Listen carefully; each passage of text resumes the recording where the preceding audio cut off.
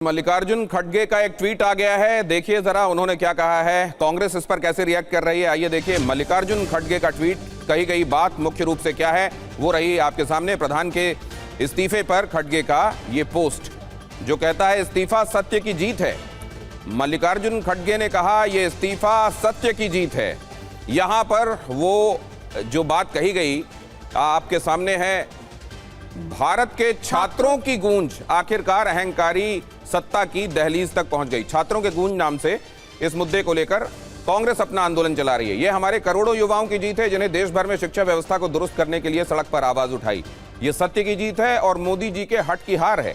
ये उन सभी परिवारों की जीत है जिन्होंने अपने खून अपने बच्चों को खोया क्योंकि ये सरकार भ्रष्टाचारी है। ये साझा विपक्ष की जीत है जिन्होंने छात्रों के हित में संसद से सड़क तक आवाज उठाई। अब बारी है मोदी जी को हमारी युवा पीढ़ी से माफी मांगने की, जिन्होंने उन पर लाठी डंडे और पैलेट गन्स चलवाई हैं, उन पर कठोर कार्रवाई करने की। तो देखिए यही बात अभी कुछ समय पहले कुमार विक्रांत कह भी रहे थे कि राहुल गांधी ने भी आज जब प्रेस कॉन्फ्रेंस की थी तो उन्होंने यही मांगे सामने रखी थी कि जिन्होंने ये कार्रवाई की, छात्रों पर लाठी डंडे चलाए हैं, उन पर कार्रवाई हो। वो इशारा किस तरफ कर रहे थे उसके बाद की कुमार विक्रांत ने, और मोदी जी भी माफी मांगे। यही बात अब मल्लिकार्जुन खड़गे जी ने अपने ट्वीट पे लिखी है। तो हम क्या कुमार विक्रांत ये देख सकते हैं आगे समय में कि हम सोमवार को भी संसद में उसी तरह का हंगामा देखेंगे क्या?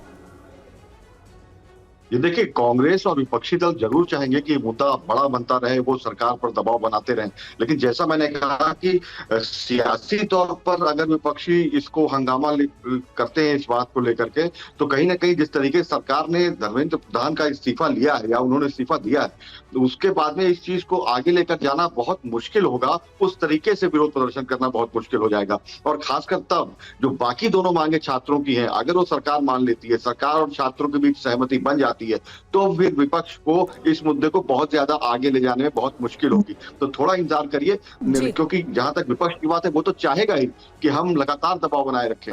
लेकिन अगर छात्र विक्रांत, इससे आगे का भी एक और सवाल, कांग्रेस पार्टी के भीतर इस वक्त क्या चर्चा है? क्या उनको लगता है कि एक मुद्दा उनके हाथ लग गया है? राहुल गांधी, हम इससे पहले भी देख चुके हैं कि वो छात्रों की गूंज कार्यक्रम में देहरादून भी गए थे, दिल्ली में भी एक कार्यक्रम प्रस्तावित है। तो क्या वो इस मुद्दे को और बड़ा बनाने वाले हैं राजनीतिक तौर पर देश भर में?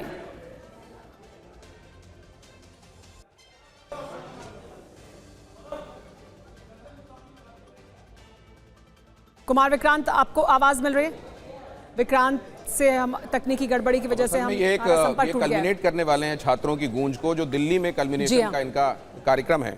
लेकिन क्या आप बढ़ाएंगे कि वो रहेगा या इसे और बढ़ाएंगे? राजनीतिक तौर पर उसको कहां तक लेकर जाना चाहते हैं वो समझेंगे कुमार विक्रांत से, क्योंकि कांग्रेस पार्टी को ऐसा लगता है कि ये एक बड़ा मुद्दा है जिसमें युवा पीढ़ी उनके साथ जुड़ रही है। हो सकता है वो इसको और बढ़ाना चाहें। लेकिन अब इतना बड़ा कदम उठाने के बाद अगर इस मुद्दे को लेकर हट की राजनीति विपक्ष की तरफ से की जाती है तो क्या उसे जायज माना जाएगा?